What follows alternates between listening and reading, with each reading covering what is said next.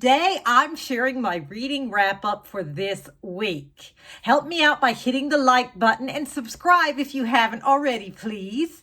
I had 4 DNF books this week that I read about a quarter of the way through, but they just were not holding my attention. However, I had 3 really good ones, and those are the ones I'm going to share with you today. The Locked Door by Frida McFadden was 4 stars for me. Nora had no idea what her father was doing behind the locked basement door while she was growing up. Turns out he's a serial unaliver, and now he is spending his life behind bars. Nora is a successful surgeon and is horrified and afraid when someone starts unaliving her patients in the exact same way her father had. I didn't see the twist coming in true Frida McFadden style. I did find several things to be unbelievable or holes in the plot, but I still thoroughly enjoyed this one. I want to read the acknowledgments in the back to you because I thought it was hilarious, okay? A few months ago, my father was complaining about the protagonists' fathers in my books. How come in your books the fathers always play such a small role? He grumbled. Well, guess what? I told him. You'll be happy to know that in my next book, the protagonist's father plays a big role. Isn't this hilarious? That may not have worked out like he expected, but just so you know, the character of Aaron Neerling was not inspired by my father. For instance, my father never once bought me a pet mouse. Also, he's not a phlebotomist. You can be assured those parts are complete fiction. Is that not hilarious? I love that.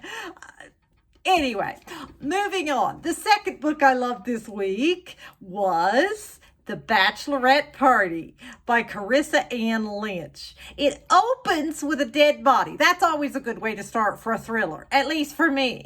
And it leaves you wondering until the end who it is and who did it. You have the bride-to-be, her best friend, her cousin, the mother-in-law, the groom's sister, and the groom's best friend, all arriving at a beautiful mansion in New Orleans for the party. The bride suspects that the groom's best friend is sleeping with him. And she knows the mother-in-law absolutely hates her and wishes that the groom would instead marry his best friend, who she thinks is much more appropriate for her son. The friend and the cousin absolutely hate each other.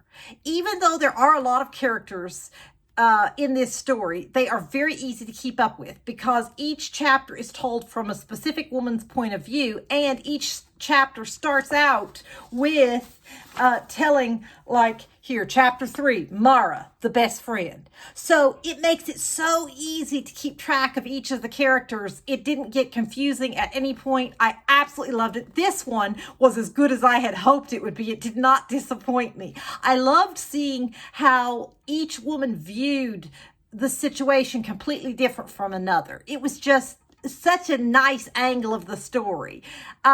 It was delicious, juicy drama all the way through. I did not figure it out, which is always my favorite type of thriller. I don't want to be able to figure it out. In my opinion, that's when it's the best, when you can't figure it out. Now, I will say there was one part that felt unbelievable, and this isn't giving you a spoiler at all because you already know we start out with a dead body, okay? But the one part in the story that was unbelievable was what the person did to try to cover up the death. I was like, nobody, like, if you've ever watched any crime drama or any TV at all, you would know that that would make no sense. Like, the police can find out what happened. This would be a ridiculous way to try to cover.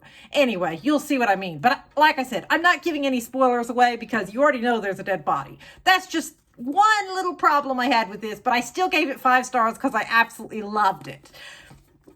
Okay, and lastly, this delicious YA thriller, The Obsession by Jesse Q. Satanto. Logan is absolutely obsessed with Delilah and stalks her relentlessly. He blackmails her into dating him. Can she escape with her life? This one was an intense ride. I read it in 24 hours or less. I started it in the evening yesterday, finished it in the afternoon today. So, and I'm telling you what, it gave me that delicious ride that I love in a really good thriller where like I feel sort of emotionally exhausted when I'm done. Like I've just been through everything in this book myself, you know, like it was exhausting, but in a good way, if that makes sense. Like, do you ever get that feeling when you get done with a really, really good thriller? You're just kind of like, whew, you know? But anyway, I loved it. I gave this one 5 stars. I thought it was absolutely fantastic. I will see you all again. Oh, and say hi to Smokey back there on my bed. She's taking a little bath there. She's never far from her mama. She's always got to be near her mama. I will see you all again on Tuesday for my book haul. I've got a lot of good books on hold at the library that I can't wait to get. My favorite day is when I go to the library and come home with a big stack of books. Like, oh, I love it. So I will see you all then.